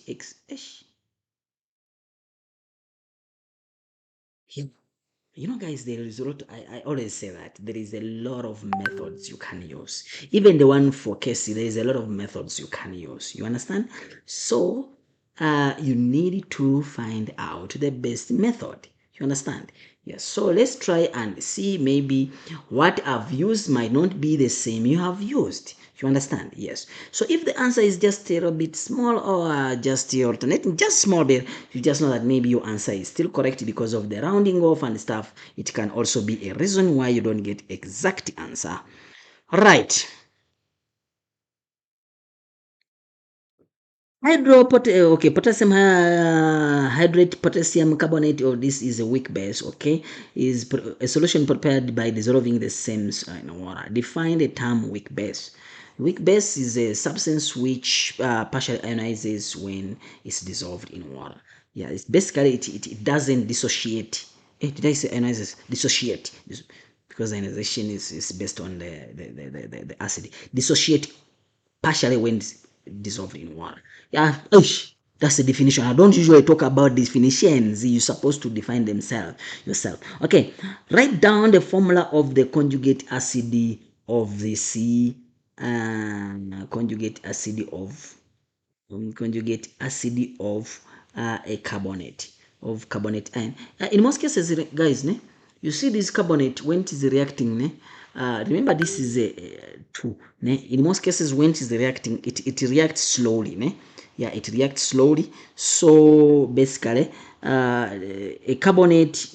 If you have a carbonate, ne, if you have a carbonate, you convert it into it first go into hydrogen carbonate. You see, and then the hydrocarbonate then converts again. It keeps on adding until it's either from a carbonic acid, so it keeps on reducing and reducing. So basically, what they were looking for this. This is its conjugate. Conjugate what? Conjugate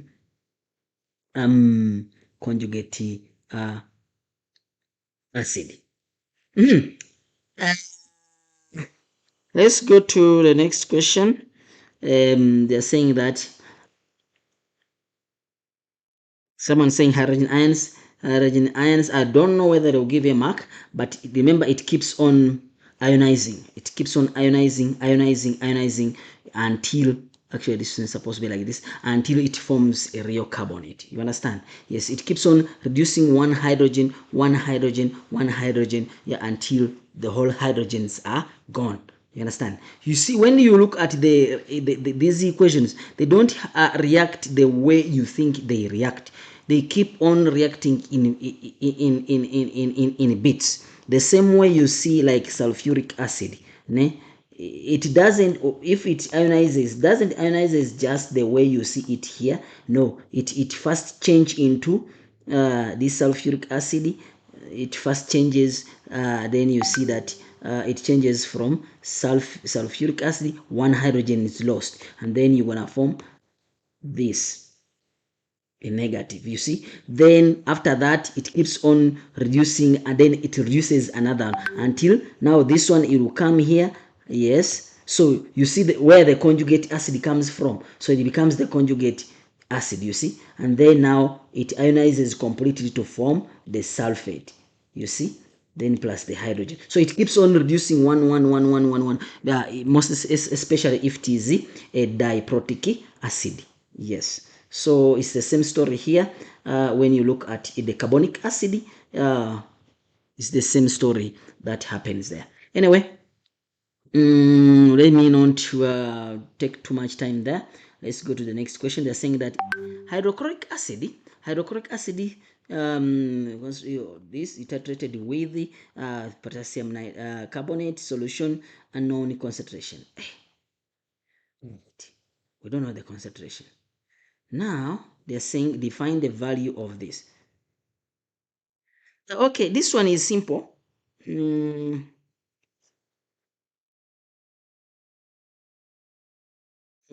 Guys, this one is simple because they said volume used. Yes, that's the volume used, that's the pipette, so we don't count it. So you need to look at the burette when you are titrating.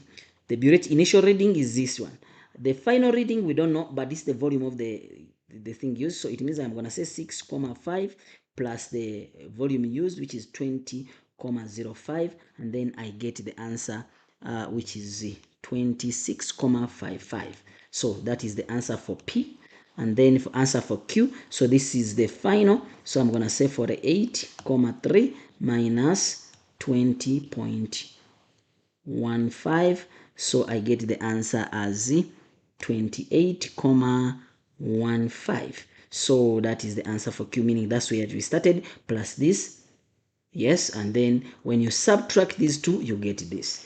Yeah, so basically this is that is it. Then they're saying that methyl orange is used as indicator. Explain methyl orange is most suitable indicator for this titration, referring the pH of the equivalent point. Basically, methyl orange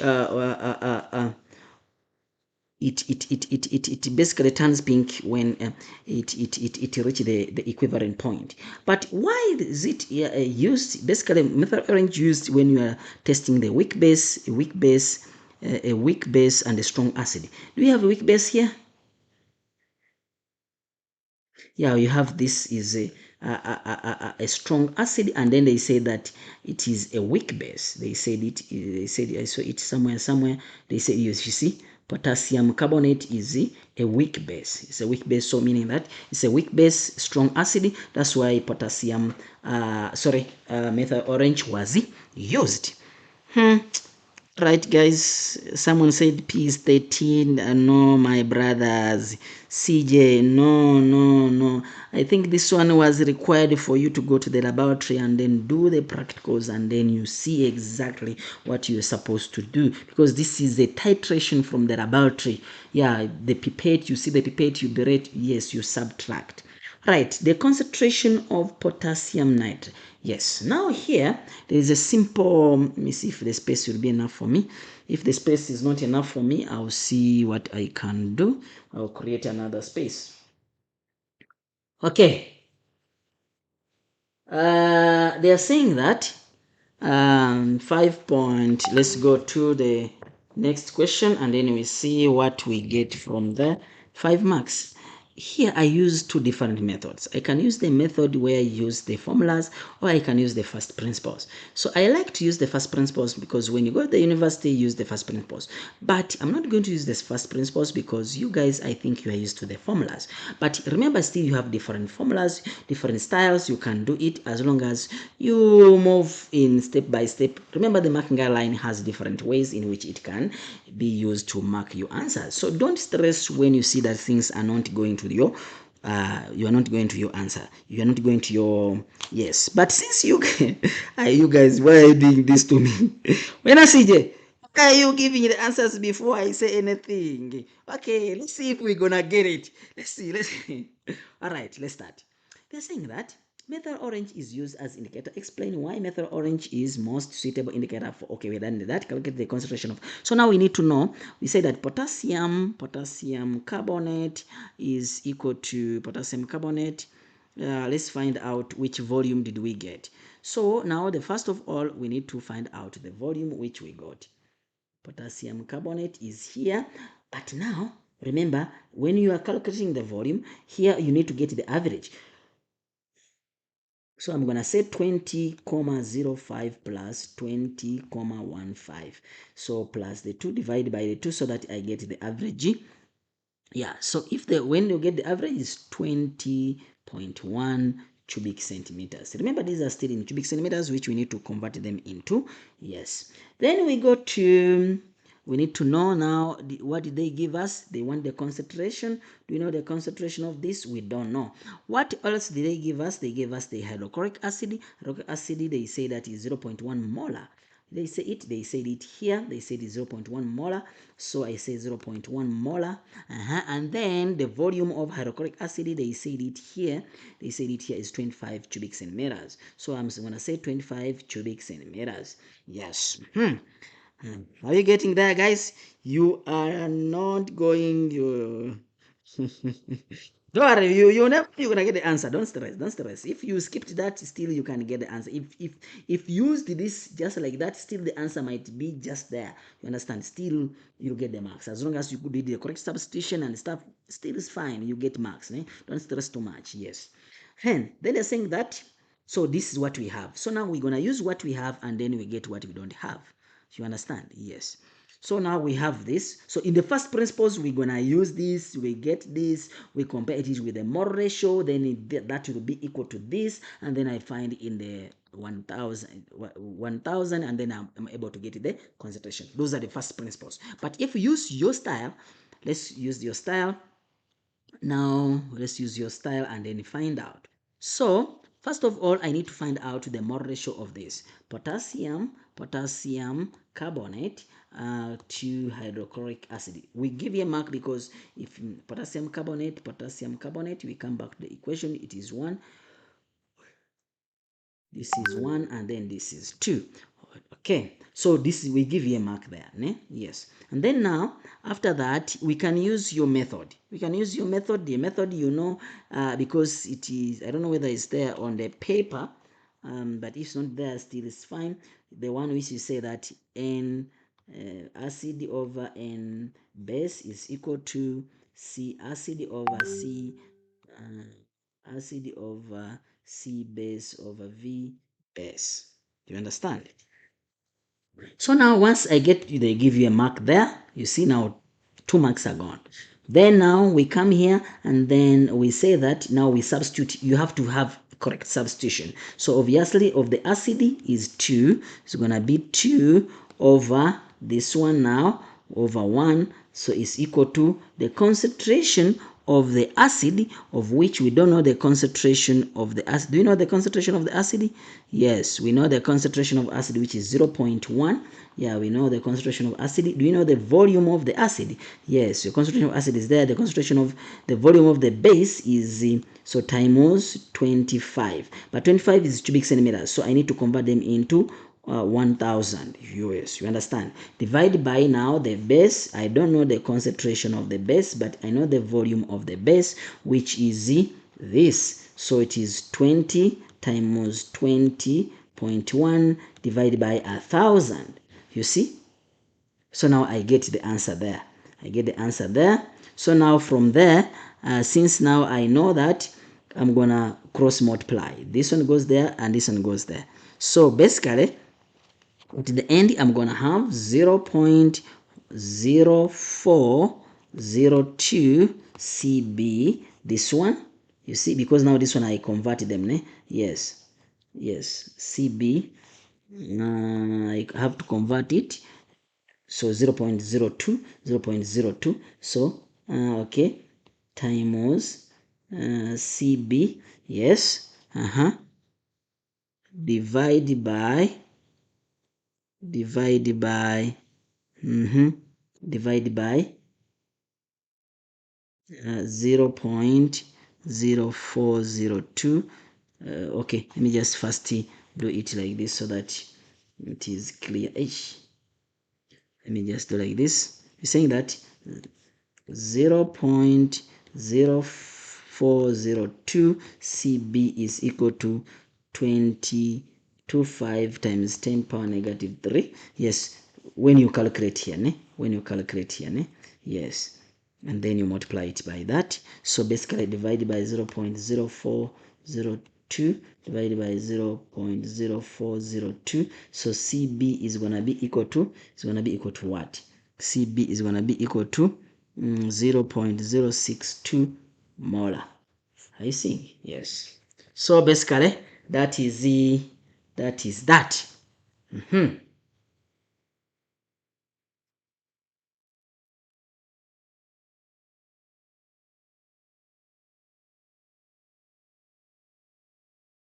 Yes, guys, I think you are getting it right. Yes, do we have people who got it right? Yes. Hey, people got it right, ne? Yeah. People.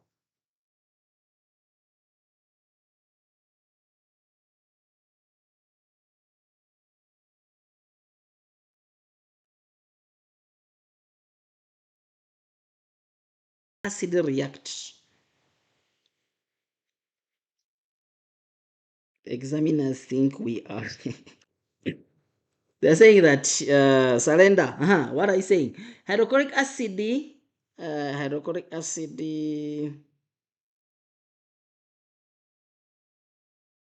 Hydrochloric acid react with the magnesium at 225 cubic centimeter.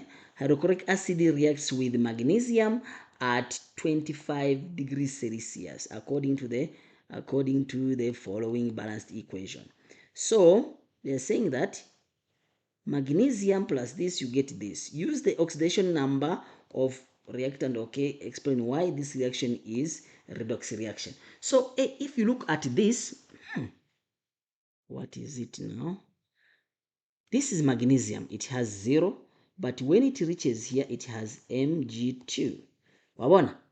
Yes. And then this is hydrogen, which has +1. When it comes here, it has 0, meaning that this is oxidation while this is reduction. So it involves both oxidation and reduction.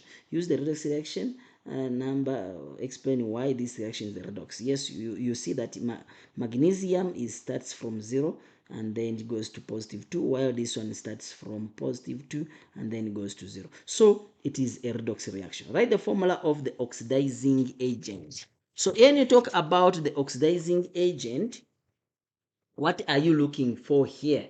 Oxidizing agent. You need to look at the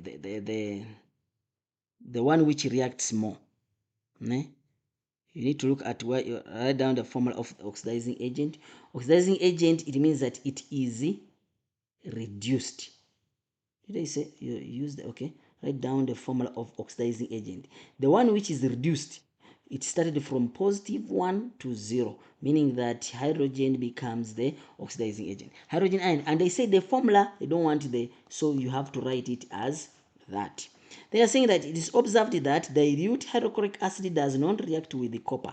Dilute, okay, at 25 degrees Celsius. Dilute hydrochloric does not react with the copper.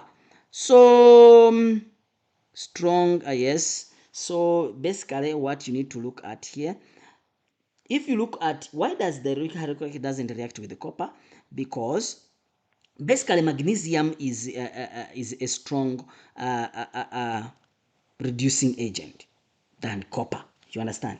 Magnesium is a strong reducing agent, meaning that it can be oxidized easily than copper. So by what oxidizes it? It is hydrochloric acid. So if you put here copper, it won't be able to be reduced.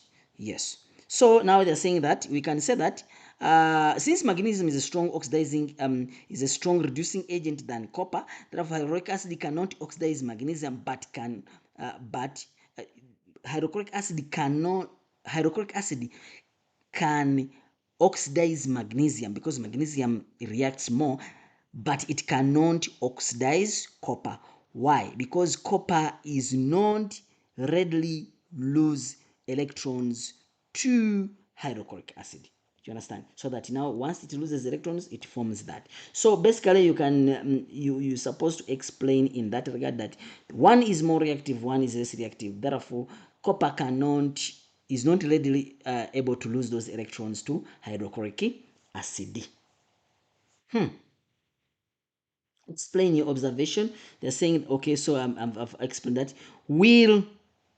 They're saying that will dilute nitric acid react with copper at nitric acid always react. Actually, is most especially almost is everything because yes, actually is one of the most soluble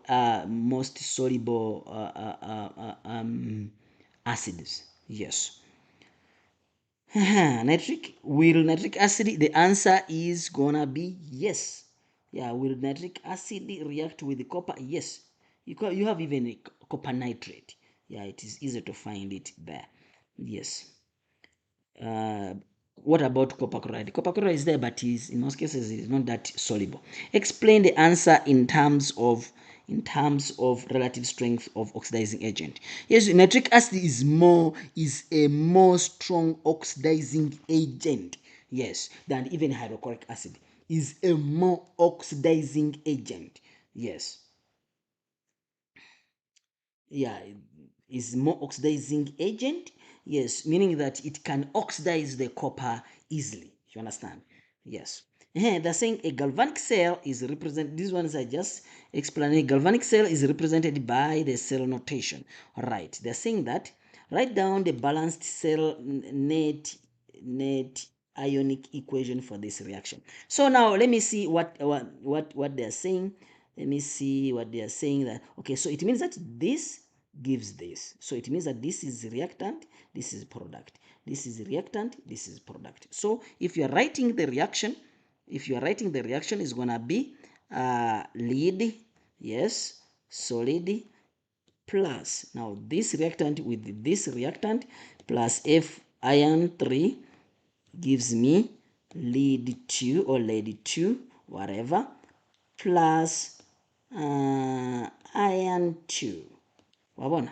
Yes, but now it's not enough because here I have 3 and then here I have 4. So what I need to do is I have to balance them so that it is balanced. So this is 6, this is 4 plus 2, this is 6. So it means that the equation is supposed to be like that. We put this aqueous, this is aqueous, and then that is aqueous. Yes. Then they're saying that uh, how will the effect of EMF of a cell choose from okay, a strong oxidizing agent is now used at the same oxidizing agent under the same condition. If a strong oxidizing agent is used, then automatically the EMF is gonna increase. So basically I'm gonna say it will increase. Yeah. Guys, I'm tired. Oh, it's the last question.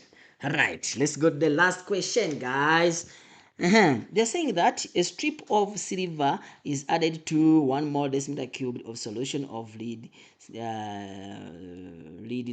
at 25 degrees Celsius. All right. So they're saying that consider the reaction below. All right. I was supposed to use the reactivity series, but guys, the time now. All right. They're saying that consider, okay, so you have silver, you have lead, okay. By means of calculation, determine whether the reaction is spontaneous or is non-spontaneous. Remember, if you get a negative value of EMF, it is non-spontaneous. If it is positive, it is spontaneous. So since now here you look at which one is gonna be on top, you understand? Yes, which one is gonna be on top? Then they're saying that silver is added to this, and then okay, consider the reaction. All right, by means of it. Okay, so if you look at this equation, So we're going to follow the equation. If you look at this equation, you see that silver oxidized to this. So this is oxidation. So what does it mean? It means that this is going to be the anode. Hey, it was supposed to be the cathode because lead is more reactive than silver. But since they said it like that, and then this one is reduced, you see, now it's going to be cathode. Do you think it's going to be, you see? So now once it's like that, now I come here and I say E cell is equal to E reduction minus E oxidation. So E cell is going to be I have to go and look for silver.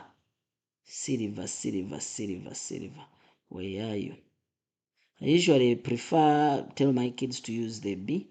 Silver, where is silver? Silver is here. So it is positive 0.8. Positive 0.8. So I'm gonna come back here and I say silver, you say that silver is the anode, meaning that I put is 0.80. So it's minus, and then I go to lead 2 or lead 2. Lead is supposed to be more reactive, you see. This one is supposed to be the anode. I don't know why they put it there. It's negative 1.3. Negative 1.3. Negative 1.3. Negative 1.3. Negative 1.013. You see? So now when I subtract, I'm gonna get this minus that. So it's gonna be equal to negative 0.94 volts. Yes, so it's a negative. Therefore, the answer is non-spontaneous. Yes, so you tell us that the answer is non-spontaneous. Define electrolyte. You know the substance that can decompose when electric current is passed through it. Write down the predominant oxidation half that takes place in the cell. So if you are saying that because you are using sodium chloride becomes more concentrated. The chlorine is the one which is more concentrated, therefore it's going to be produced. So it's going to be taken over the hydrogen, taken over the oxygen. So then automatically it's going to be chloride gives me chlorine gas and then plus 2 electrons. Yes, so I put a 2 there and then it's balanced. This is aqueous, this is a gas, and then that's it. So I think that's what they wanted. And then I say write down the name and the formula of the product that formed at Q. At Q, basically it is the hydrogen gas, but because they saying name the products, so it's hydrogen gas and the hydroxyl ions. Yes, so that makes to be the answer. Explain the answer and by referring to the relative strength of. So you guys, if you look at sodium, yeah, water and sodium, they are reduced. Yes, but meaning that H2O, when it is reduced, is gonna give you hydrogen ion. Hydrogen ion basically is gonna give you that, and basically it has a less negative reduction potential. You understand? Than sodium. This one has a less reduction potential than sodium. Because sodium is supposed to be sodium ion to this. You see, so automatically this one is going to be preferred than this, so this one is not going to take place. You understand? And then now also therefore water is basically is going to be preferred, therefore, and then you'll be able to get this plus this, because once this one ionizes or is electric current is passed, is gonna form those ions. So it means that because this one has a lower reduction potential, yes, than sodium, therefore water is gonna be preferred. Yes, it's gonna be preferred than sodium, and therefore hydrogen gas is gonna be produced at that terminal. Ish, guys, I think that is it. Thank you so much for being with me for all this long time. Yes, it has been a wonderful, wonderful, wonderful, wonderful. If you have any challenge, let me know. Yeah, I think, guys, that is it. Thank you so much. Those who tried, yeah, I think I tried to explain. If maybe I use the different formula, some of the formulas you didn't understand them. Yeah, it's the style, but I know that you guys got. Thank you so much for being with us. Don't forget to subscribe, like, and share. Yeah, see you again. Life science, life science, life science. I'll be here with you guys to prepare you in life science full swing, so that I see that you guys will get distinction, because your passing makes me feel good and better. At least I'll say that I've changed someone's life. Yes, thank you so much, guys. See you again in the next class.